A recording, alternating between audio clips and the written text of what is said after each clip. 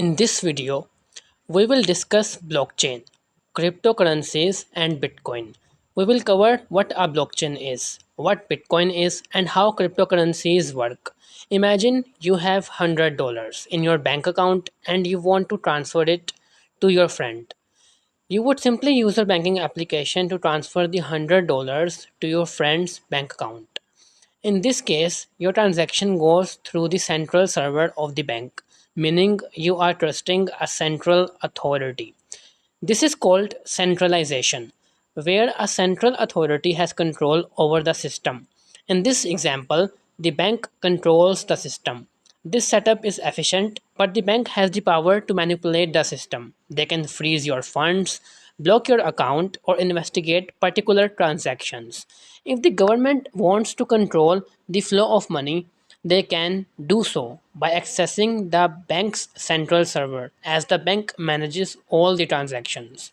In simple terms, a central authority like the bank or government controls the system, your money, and can decide how much you can send or withdraw per day.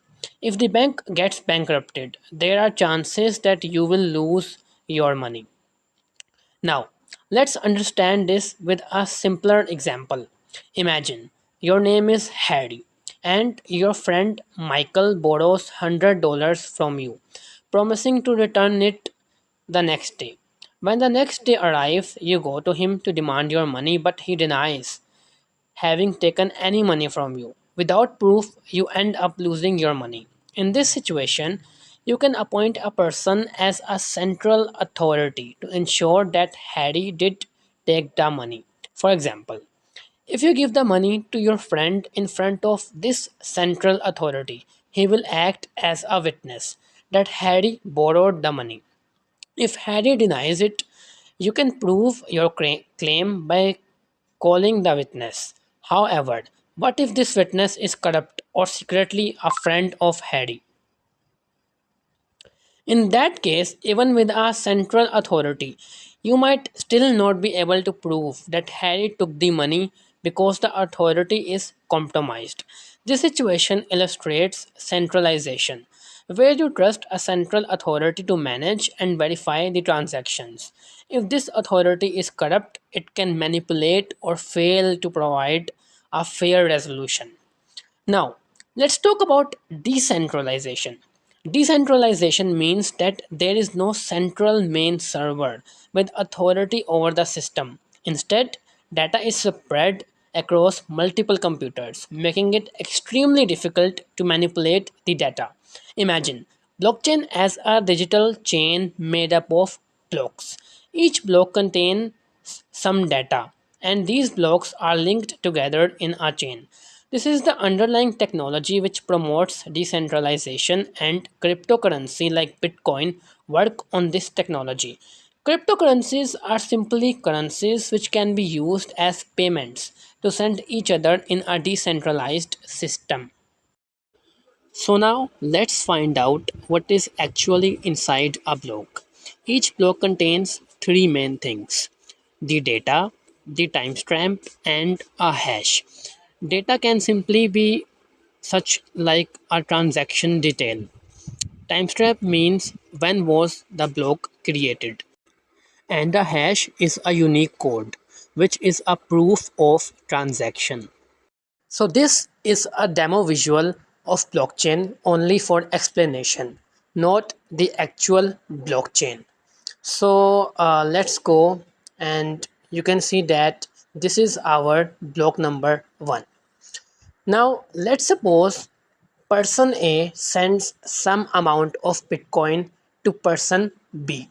Now, note one thing, that you cannot directly sell dollars or any fiat currency over a decentralized system. You need cryptocurrencies for this. So, when person A sends Bitcoin to person B, there will be a transaction request going to a miner. A miner is a computer which approves blockchain transactions. There are different miners spread in different parts of the world, in different countries, in different cities, and in different areas. So, once this transaction goes to any miner, it will approve it, and you can see that our first block has turned green. Now, let's suppose person B sends some amount of Bitcoin to person C. This transaction will again go towards any miner in the world, and it will approve it. And now you can see that our block number 2 has also turned green. Now, let's talk about our third block. Suppose that person C sends any amount of Bitcoin to person D. This transaction will again go to any miner in the world, and it will approve it. And you can see that the third block has also turned green. Now, note one thing, that the second block contains the hash of the first block as the previous hash.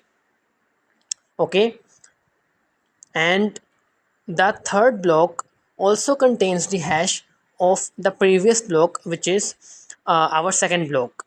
This is how the blocks are connected to each other, and that is why it is called a blockchain. Now let me tell you how is it difficult and almost impossible to manipulate and hack a blockchain.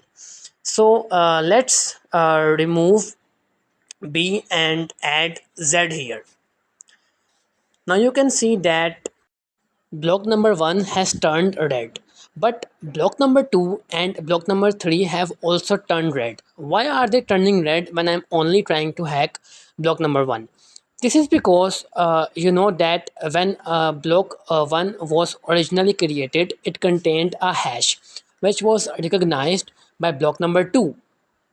Now when I try to manipulate the transaction of block number 1, its hash has been changed from its original hash, which is not recognized by block number 2, and this is how the blockchain is disturbed. My my changes are not being accepted by the blockchain. If I try to hack this block, for example, I clicked on mine, you can see that it has turned green, but the other two blocks are still red, which means that the blockchain is not accepting my hacks. I'm unable to hack blockchain. But if I remove Z and add B again, you can and click on mine, you can see that all these three blocks will turn green again, which means that now the blockchain is smooth. So if I successfully want to hack a blockchain, first of all, I would need to hack my selected block.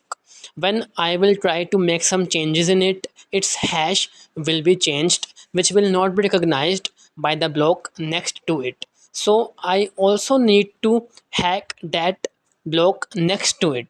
When I try to hack that block, its hash will also be changed, which will not be recognized by the third block. Then I will also have to hack the third block. But when I try to make changes in it, its hash will not be recognized by the fourth block. So I will need to hack the fourth block as well, and so on.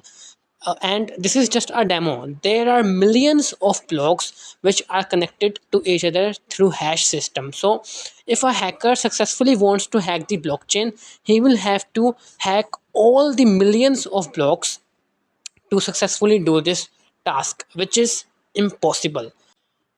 So that is why it is a secured system, and no central authority can simply manipulate according to its will.